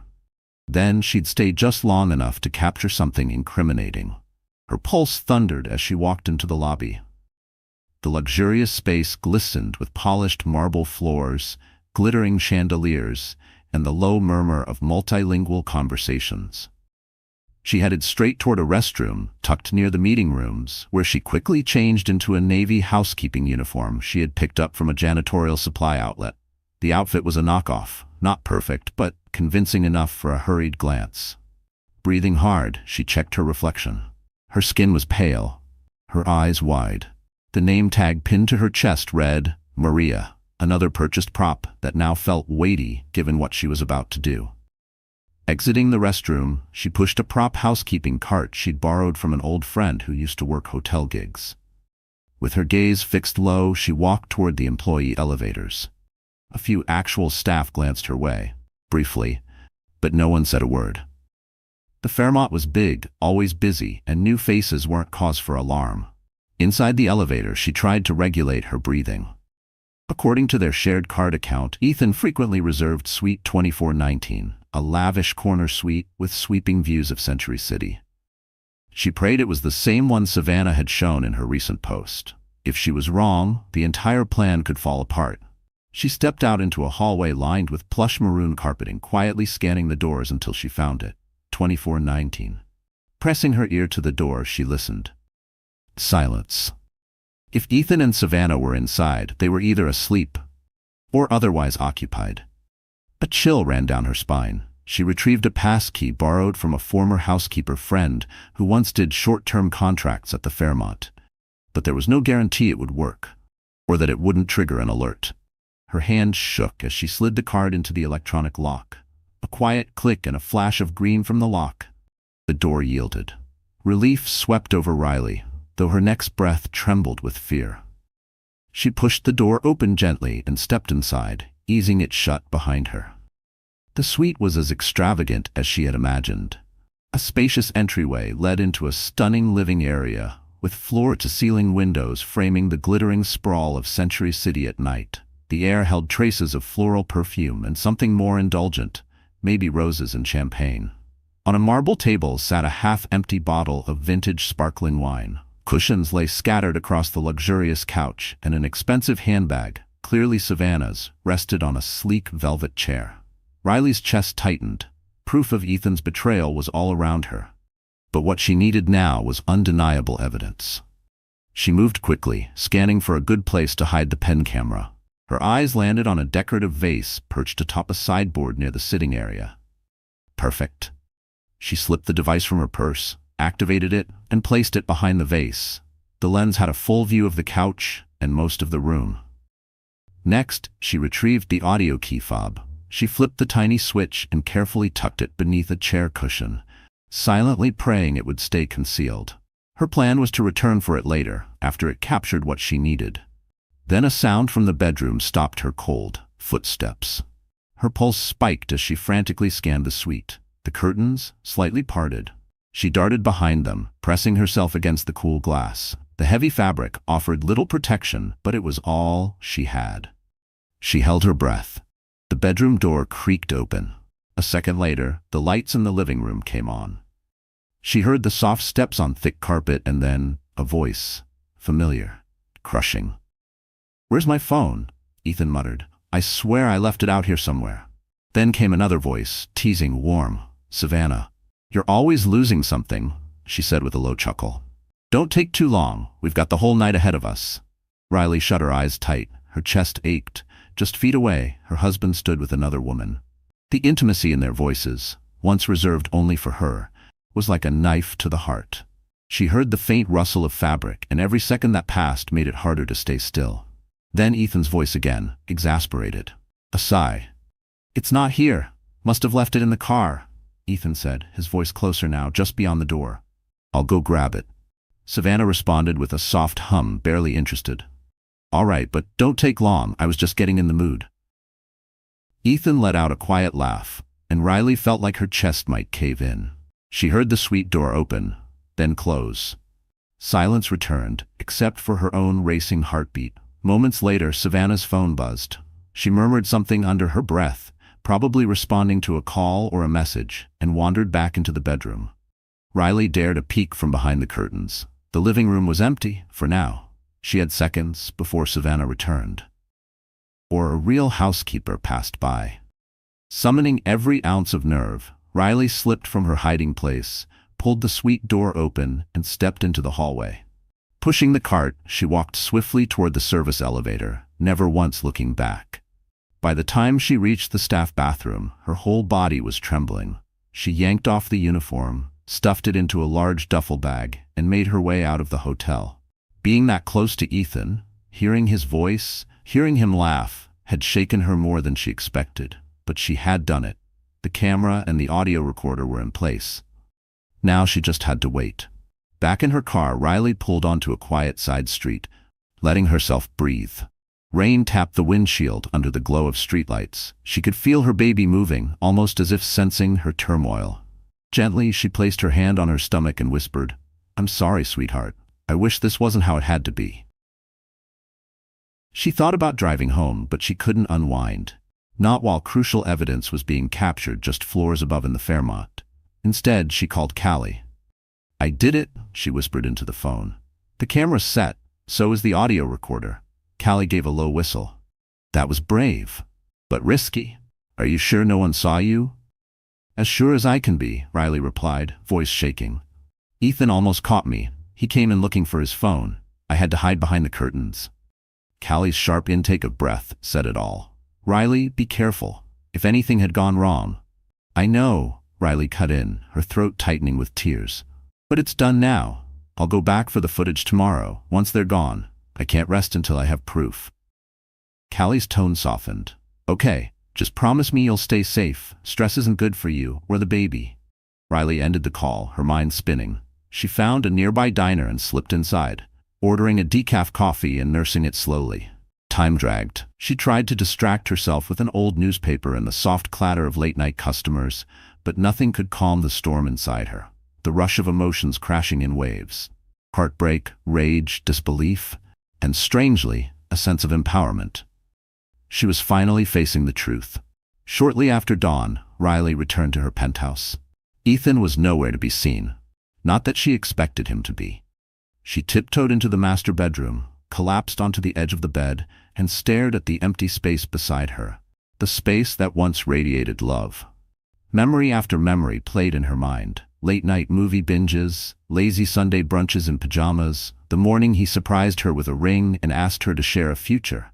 She hated that those once precious images now felt poisoned by betrayal. At some point, she must have drifted off. When she awoke, Sunlight was streaming through the tall windows, and her phone buzzed noisily on the nightstand. Her eyes burned from the restless night. A text from Ethan lit up the screen. Busy day. Meetings all afternoon. Home late. Take care of yourself. Rage surged. Was this his idea of a cover story? Did he really think she would just go on, blind and silent? She threw off the covers, took a long shower, and steeled herself for what came next, retrieving the surveillance devices from the Fairmont. Part of her dreaded what the footage might reveal. But another part felt strangely relieved. One way or another, she would finally know. That afternoon, Riley entered the Fairmont Century Plaza once more. Dressed in the same makeshift housekeeping uniform and pushing the same borrowed cart, she moved with purpose. As long as no one questioned her, she'd blend in. But any confrontation would end everything. Taking a deep breath, she reached Suite 2419. She pressed her ear to the door. Silence. No signs of Ethan or Savannah. Maybe they'd already checked out or had simply stepped out. Slowly, she slid the pass key into the lock. The green light blinked. The door clicked open. Every heartbeat felt like a countdown as she slipped inside, silently pleading for the room to be empty. It was. She exhaled, her relief nearly staggering. The bed had been made, suggesting housekeeping had already cleaned the suite. Panic shot through her. What if someone had found the devices? She rushed to the sideboard. The decorative vase was still there, but the pen camera was gone. A wave of dread seized her, until she spotted it. The device had simply slipped behind the vase onto a lower ledge, almost completely hidden. She scooped it up, hands trembling. Next, she lifted the seat cushion on the velvet chair. The audio fob was still nestled there. Its small indicator light. The light on the recorder was off, normal once the battery ran out. Riley tucked both devices into her bag. Mission complete. She scanned the suite one last time to make sure she hadn't left anything behind. Satisfied, she exited swiftly, returning the borrowed cart and uniform to the staff bathroom before leaving the hotel altogether. Back in the safety of her car, she dropped her head to the steering wheel, forehead resting against the leather. Relief washed over her, but so did apprehension.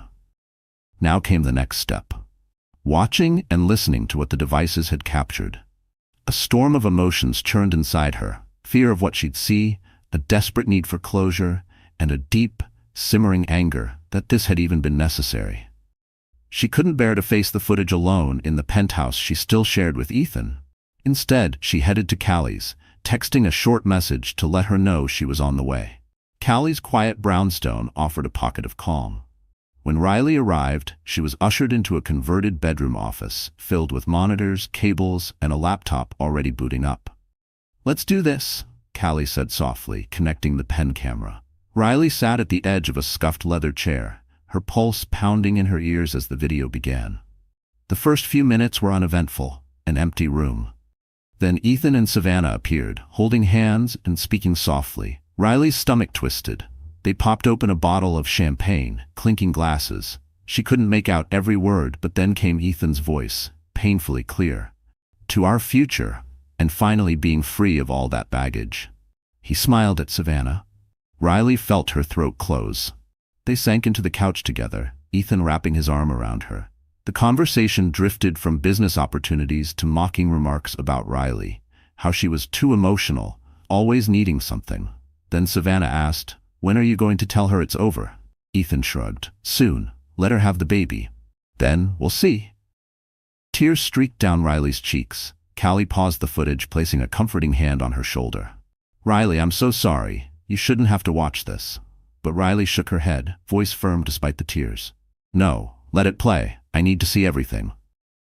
They watched more scenes, laughing, kissing, intimate gestures, each second more agonizing than the last. It wasn't a mistake. It was deliberate, repeated, calculated. Then came the audio file from the key fob. The sound was faint but clear enough. Savannah boasted about using Ethan to score sponsorship deals and lock in a high-profile modeling contract. Ethan, in turn, bragged about a new luxury real estate project near the Getty that would make him disgustingly rich. "She'll get her share, sure," he said, laughing. "But the real fun is what I'll have with you." Riley's jaw clenched as she removed her glasses and wiped at her tears. Callie paused the audio again, letting Riley breathe. The entire review had taken less than 2 hours, but it felt like a lifetime. Every second had been a blow to the chest, an endless unraveling of a life Riley thought she understood.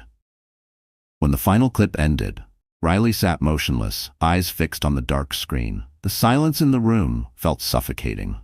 Callie gently closed the laptop. "You have more than enough," she said softly. "What's your next move?" Riley exhaled slowly, bitterness darkening her expression. "I could confront him face to face, or I could go straight to court. But there's something else." "He's scheduled to host a gala in 2 weeks," she continued. "It's for the grand opening of his newest development in Century City. Everyone will be there. Investors, press, celebrities. He's been bragging about how it'll cement his status as the untouchable face of LA real estate." Callie's eyes widened. "You're thinking about going public?" Riley hesitated. "I'm not someone who seeks revenge, but he's shown me no decency. He's not just cheating, he's humiliating me. And once the baby's here, he plans to throw me away. I need to make sure he doesn't walk away from this clean." Callie nodded, her voice firm. "If you're set on this, I'll help, but you need to be smart. Going public could get messy." Riley's gaze sharpened. "Messy or not, I won't let him get away with it." That night, after leaving Callie's apartment, Riley drove aimlessly for a while. The emotional toll of what she had just seen pressing down like a weight on her chest. Halfway home, a sudden sharp cramp twisted through her abdomen. She pulled over, gripping the steering wheel as the pain pulsed again. Her hands shook as she reached for her phone. At the hospital, the nurses were calm but swift. After a round of tests and monitoring, a doctor finally entered the room. "You're okay," he said gently, "but you're showing signs of early contractions. Stress is likely the trigger. You need to rest. Any more tension like this could put you at risk for preterm labor." Riley nodded, but her thoughts were far from rest. She placed her hand over her belly, feeling the flutter of life inside her. As she sat alone in the quiet of the hospital room, a war brewed inside her, between the instinct to protect her child and the growing fire to defend herself. The next morning, despite the doctor's warning, she called Callie. "I'm moving forward," she said quietly. "I know what the risks are, but I can't walk away from this. Not now." Over the next 2 weeks, Riley moved with quiet intensity. She discreetly retained a divorce attorney and began legal proceedings behind Ethan's back. Her lawyer urged her to gather financial records, proof of the affair, and any documents showing potential liability in his business dealings. With Callie's help, she obtained copies of questionable bank activity, large transfers to offshore accounts, likely tied to Savannah or set aside in preparation for leaving Riley behind. Meanwhile, Ethan kept his routine, coming home late with stories about investors from out of town or urgent site visits. He barely acknowledged Riley's pregnancy, except for the occasional half-hearted gesture, placing a hand on her belly, murmuring something that felt more like guilt than affection. It made her skin crawl. She pretended not to notice, played the part of the trusting wife, never gave him a reason to think she knew anything. All the while, the gala loomed larger on the city's radar. Set to take place at a newly restored Art Deco venue in downtown Los Angeles, it was shaping up to be one of the year's most glamorous real estate events.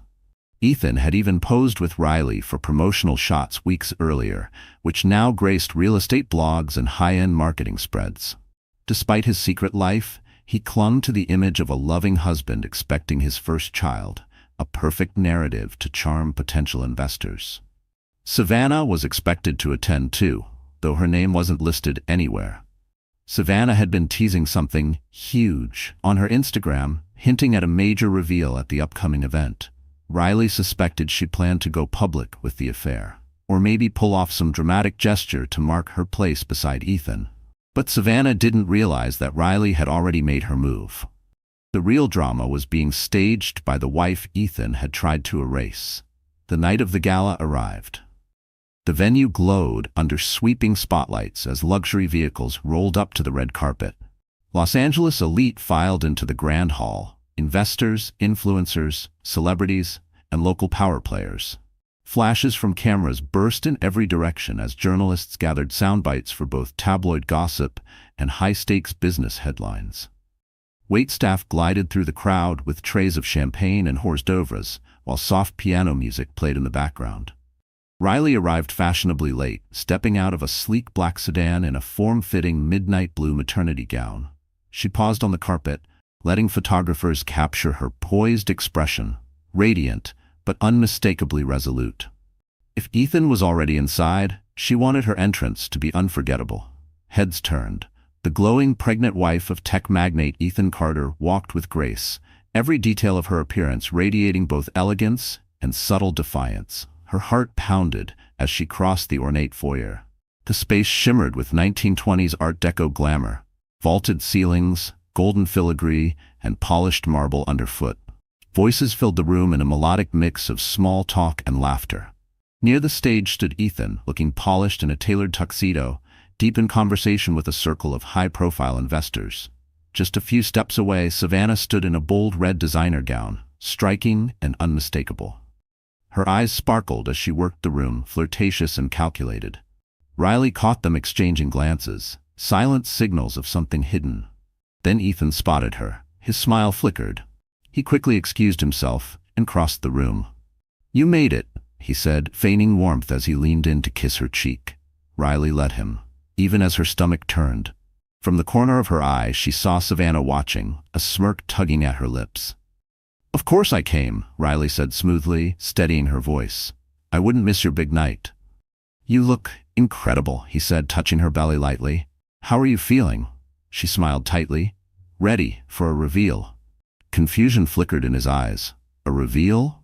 She simply nodded, then slipped away to greet other guests. Across the room, Callie stood near the AV booth, barely noticeable to the mingling crowd. Riley caught her eye. They exchanged a slight nod. Everything was in place. The lights dimmed. The room hushed.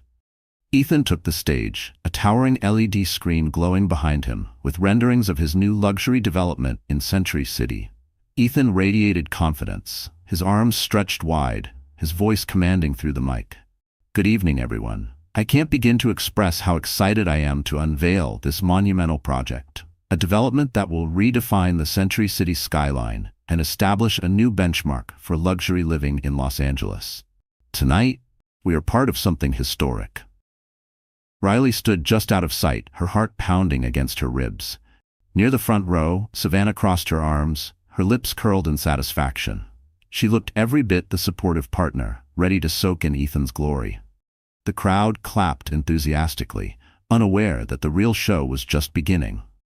The scorned wife waited, holding the truth like a loaded weapon. Ethan moved into the closing segment of his speech. "This isn't just about real estate," he said. "It's about legacy, about building a future our children will inherit and be proud of." He gave a meaningful glance toward Riley, or maybe her prominent baby bump. Polite applause echoed through the room. That was her moment. Riley stepped onto the stage and approached the second mic, left waiting on a sleek stand.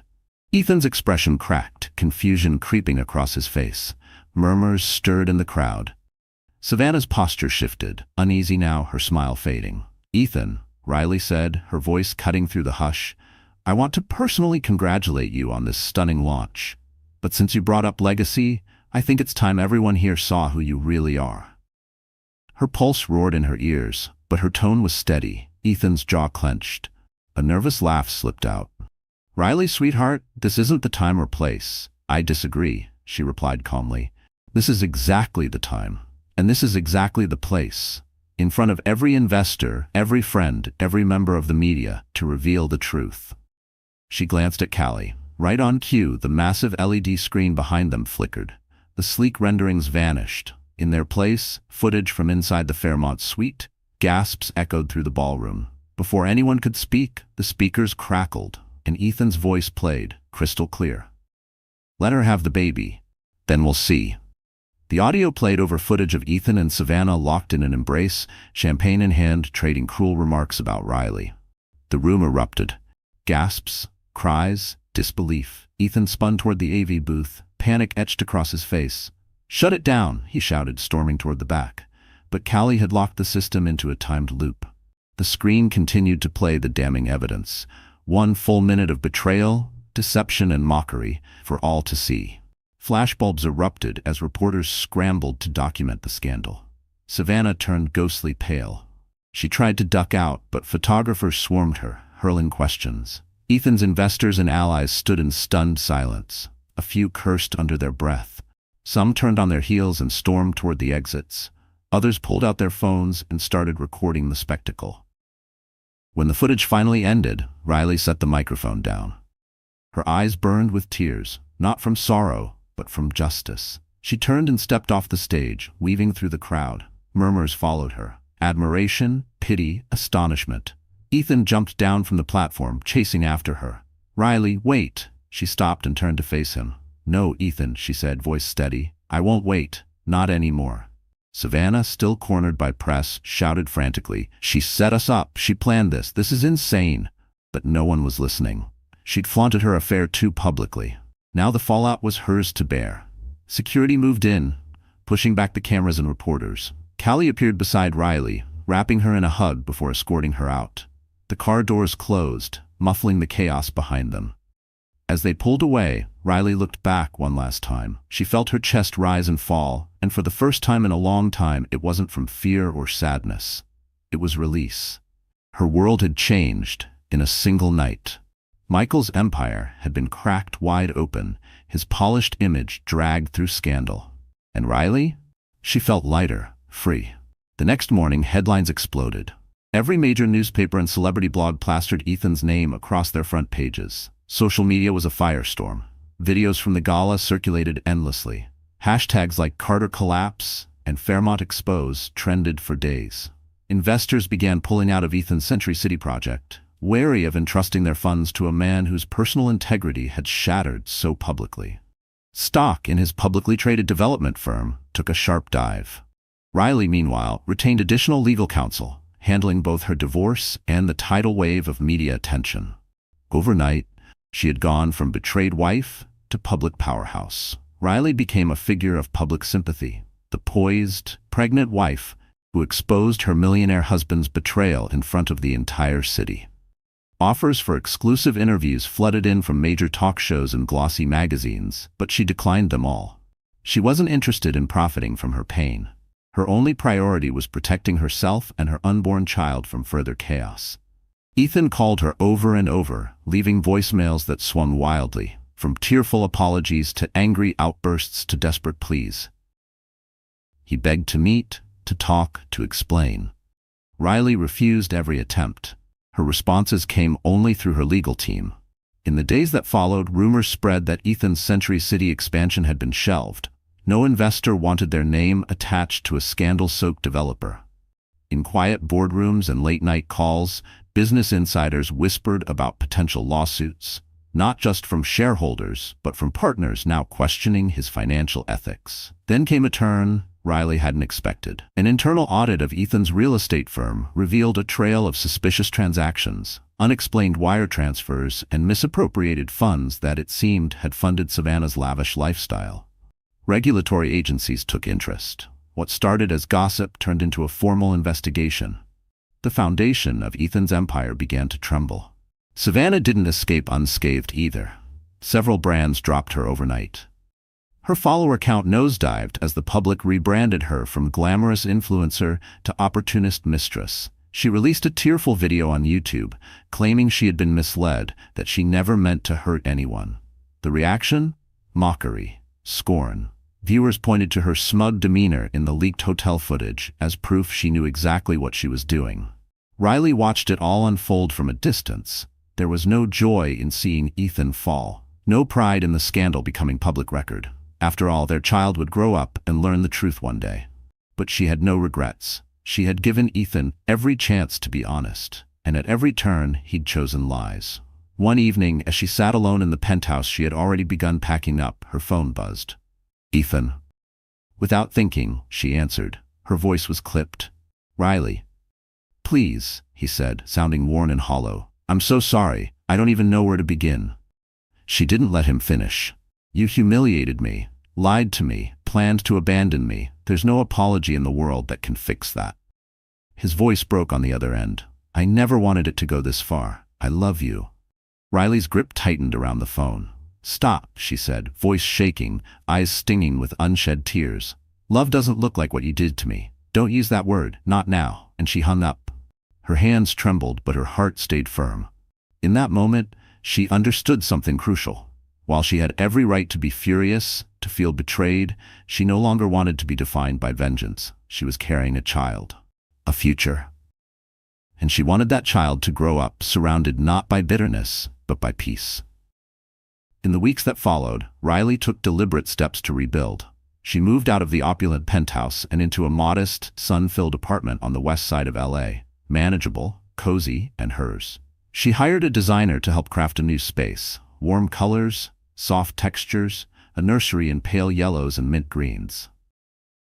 Ironically, part of the redecorating was financed by the initial support Ethan's lawyers had offered, an early installment of what would eventually become a broader settlement. The divorce proceedings moved forward quickly. With airtight evidence of Ethan's infidelity, Riley's legal team secured strong ground. They pushed for fair alimony, full custody considerations, and an equitable share of Ethan's assets, enough to guarantee security for her and the baby. Ethan's lawyers, hoping to contain the media storm, tried to negotiate a quiet resolution. But Riley didn't budge. She wasn't out for blood, but she would not be shortchanged. Not after what he'd done. Outside the courtroom, the scandal showed no signs of fading. Reports surfaced that several investors had filed independent lawsuits against Ethan, accusing him of fraud and breach of fiduciary duty. He tried to spin the fallout as a private mistake that had nothing to do with his professional record, but the damage was done. The board of his company voted to place him on indefinite leave. His title was stripped, his authority dissolved. Savannah, meanwhile, disappeared from the LA scene. Her social media presence withered. Attempts at a comeback were met with cold silence. A half-hearted Instagram post claimed she was focusing on healing and mental clarity, but the public had already moved on to fresher, cleaner faces. Riley spent her days preparing for the baby's arrival. She took prenatal classes. She found peace in little rituals, folding baby clothes, choosing lullabies, painting the nursery. Callie remained her rock. And slowly she rekindled friendships lost during the years of Ethan's rise. Their kindness and steady presence reminded Riley what real connection felt like: honesty, loyalty, compassion. One late afternoon, she sat on her new couch flipping through baby name books. The little one inside her gave a soft kick, like encouragement. She smiled, tears slipping silently down her cheeks. The heartbreak hadn't vanished, but in its place, something new had taken root. Hope. As Riley approached the final stretch of her pregnancy, she immersed herself in preparing for motherhood. She hosted a small, intimate baby shower in her newly decorated apartment, inviting only a handful of close friends. They brought plush animals, handmade blankets, and wishes whispered over mugs of tea. Callie was there too, beaming with pride. There was no press, no glitter, no showmanship, just warmth. And for Riley, it felt deeply real. The legal wrangling continued in the background, but Riley held her composure. She saw Ethan only when necessary, during terse depositions or family court appearances. He looked worn down, thinner than she remembered. The scandal had carved stress into every line of his face. Occasionally, he tried to ask about the baby, about seeing the nursery, attending appointments. Riley kept her boundaries firm. She wasn't sure if his concern was authentic or part of a redemption arc advised by his lawyers. Eventually, she heard whispers that Ethan had begun therapy, on the advice of his publicist, not a spiritual awakening. She didn't waste energy speculating. She was done being moved by his remorse. Then, on a crisp October evening, it happened. Riley woke with sharp contractions. She called Callie, who rushed her to the hospital. The night passed in waves: pain, adrenaline, focus. By dawn, Riley held her son in her arms, a baby boy. She named him Elijah. The moment he let out his first cry, every jagged edge in her heart softened. Tears streamed down her face as she cradled him against her chest. "I'll always protect you," she whispered. Callie, standing nearby, snapped a few discreet photos. Riley, glowing with exhausted joy, Elijah swaddled close. News of the birth reached Ethan. He tried to come to the hospital. Riley allowed a brief visit, with Callie present, watching. He entered quietly, holding a bouquet of yellow roses. His eyes shimmered with emotion, sorrow, awe, something complicated and unspeakable. For a moment, the world stilled as he gazed at his son for the first time. "He's beautiful," Ethan murmured, voice cracking. Riley said nothing, her eyes fixed on Elijah. Riley allowed Ethan a few quiet minutes to hold the baby. In that instant, Watching his trembling arms cradle their son, she saw a man stripped of ego. His eyes shimmered with unspeakable regret. A flicker of sympathy passed through her. But it wasn't enough to rewrite the past. Elijah cooed softly, blissfully unaware of the heavy air around him. When Ethan tried to speak, Riley simply shook her head. The moment was over. A nurse stepped in, gently reminding Ethan that Riley needed rest. He nodded, lingering for one last look before stepping out. Weeks became months. Riley embraced motherhood with her entire being, savoring each smile, every tiny yawn, every new sound Elijah made. She built a quiet, nurturing life with the support of Callie and a few steadfast friends. Her home was small, but it pulsed with peace, something she hadn't known in years. The divorce was finalized. The settlement ensured Elijah's needs would be met for years to come. Ethan also established a trust in his son's name, a small gesture that hinted at remorse, though far too late.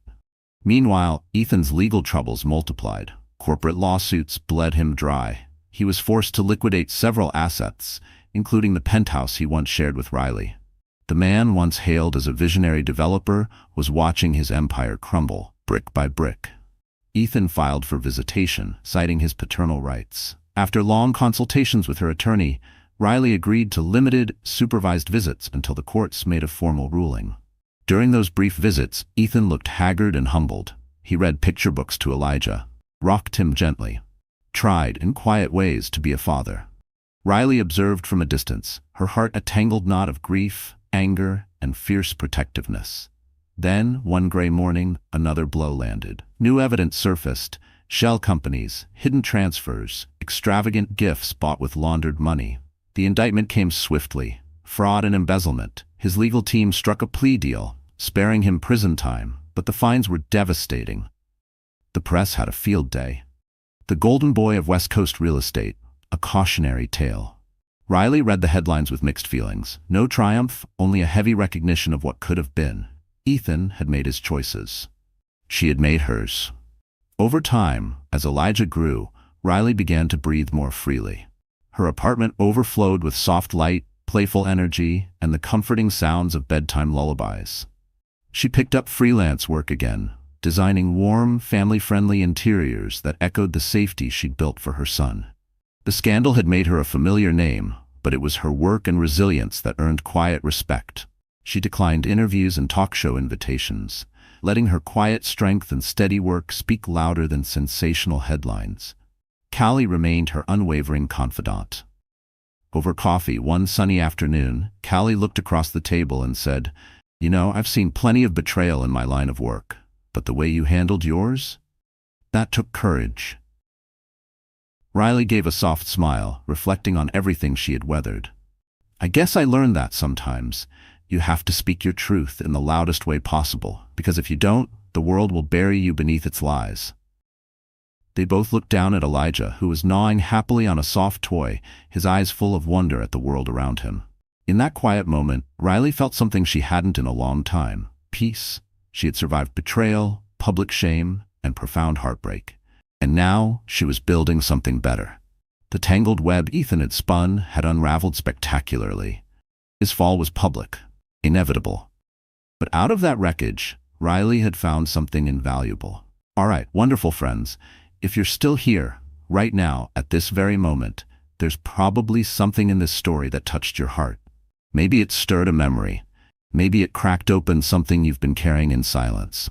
And now I invite you to pause with me, not to judge, not to fix, but simply to see. Let's view Riley's journey not as one of revenge, but of reclamation. She didn't act out of hate. She didn't expose her husband for headlines. She chose truth over illusion. She fought not just for herself, but for the innocent child she carried.